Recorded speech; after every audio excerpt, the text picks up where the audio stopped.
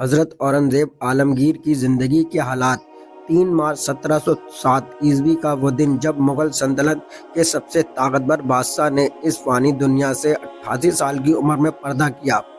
میں ایک اجنبی سا آیا اور جاؤں گا بھی اجنبی ہو کر۔ بادشاہ حضرت اورنگزیب عالمگیر یہ تاریخ کا ایک ایسا نام ہے جن کو لے کر کچھ نادان جھوٹے مطلب پرست لوگ طرح طرح کے الزام لگاتے ہیں۔ جن کے باپ داداؤں نے مغلوں کی تاریخ ان کا اتہاس تو پڑھا نہیں، نفرت پھیلانے کے لیے ہندو مسلمان کرنے کے لیے سیاسی کتابیں ضرور پڑھ لی ہیں جس سے لوگوں میں مسلمانوں کو لے کر زہر گھولا جا سکے۔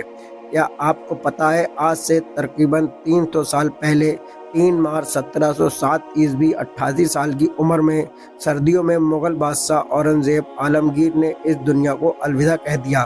ان کی وفات کے بعد انہیں احمد نگر سے کلد آباد لے جایا گیا اور ان کی وصیت کے مطابق انہیں دفن کیا گیا۔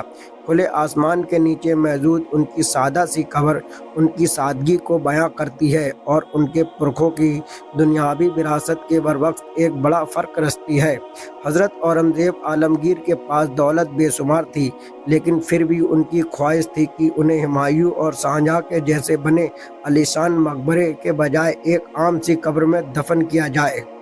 حضرت اورنگزیب عالمگیر کے دور حکومت میں مغل سلطنت اپنے عروج پر تھی۔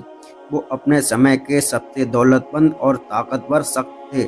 ان کے وقت میں مغلیہ سلطنت دکن کے آخری چھور تک پھیلی ہوئی تھی۔ انہوں نے اپنی سلطنت میں شریعت آدھارت قانون فتویٰ عالمگیری لاگو کیا اور ایک انصاف پسند بادشاہ کے طور پر اپنی پہچان بنائی۔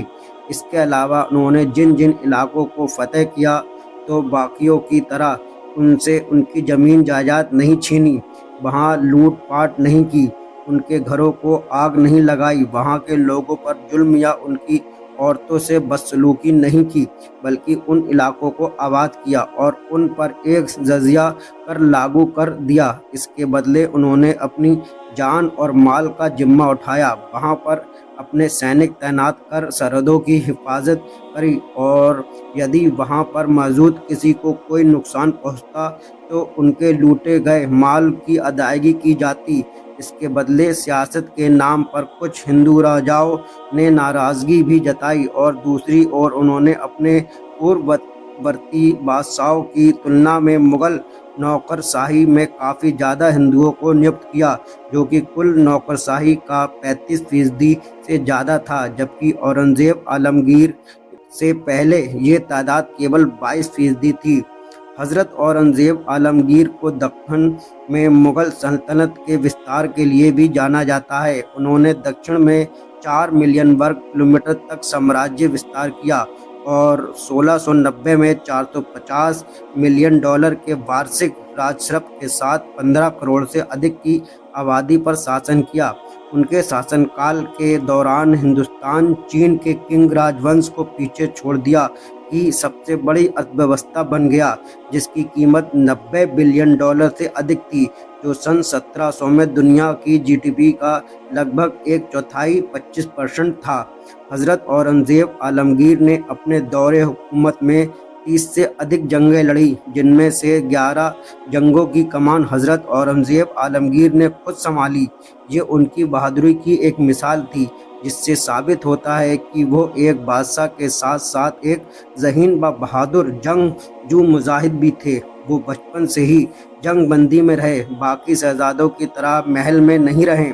دنیا کی سب سے امیر سلطنت پر حکومت کرتے ہوئے بھی اورنگزیب عالمگیر ایک عام زندگی جیتے تھے۔ وہ کھانے پینے سے لے کر پہناوے اور زندگی کی تمام دوسری سویدھاؤں میں سہم برتتے تھے۔ سلطنت کے بھاری کاموں میں ویست رہتے ہوئے بھی وہ اپنی ضرورتوں کو پورا کرنے کے لیے قرآن پاک کی کتابت نقل کر کے اور ٹوپیاں سی کر پیسے کمانے کا کچھ سمے نکال لیتے تھے، اسی سے اپنا خرچہ کرتے تھے، جو ایک مثال تھی پوری مغلیہ سلطنت کے لیے۔ ان سے پہلے نہ ان کے بعد کوئی ایسا تقوی دار بادشاہ گزرا۔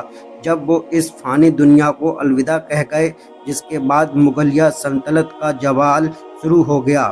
میرے بھائی، میرے دوستوں، میرے عزیزوں، میرے چینل کو زیادہ سے زیادہ سبسکرائب کرو تاکہ ہمارے دوارا بنائی گئی اسلامک ویڈیو آپ کے پاس سب سے پہلے پہنچے۔ ویڈیو کو لائک کرو اور شیئر کرو اور کمنٹ بھی کر دو۔ آپ کی بہت بہت مہربانی ہوگی۔ شکریہ۔ السلام علیکم۔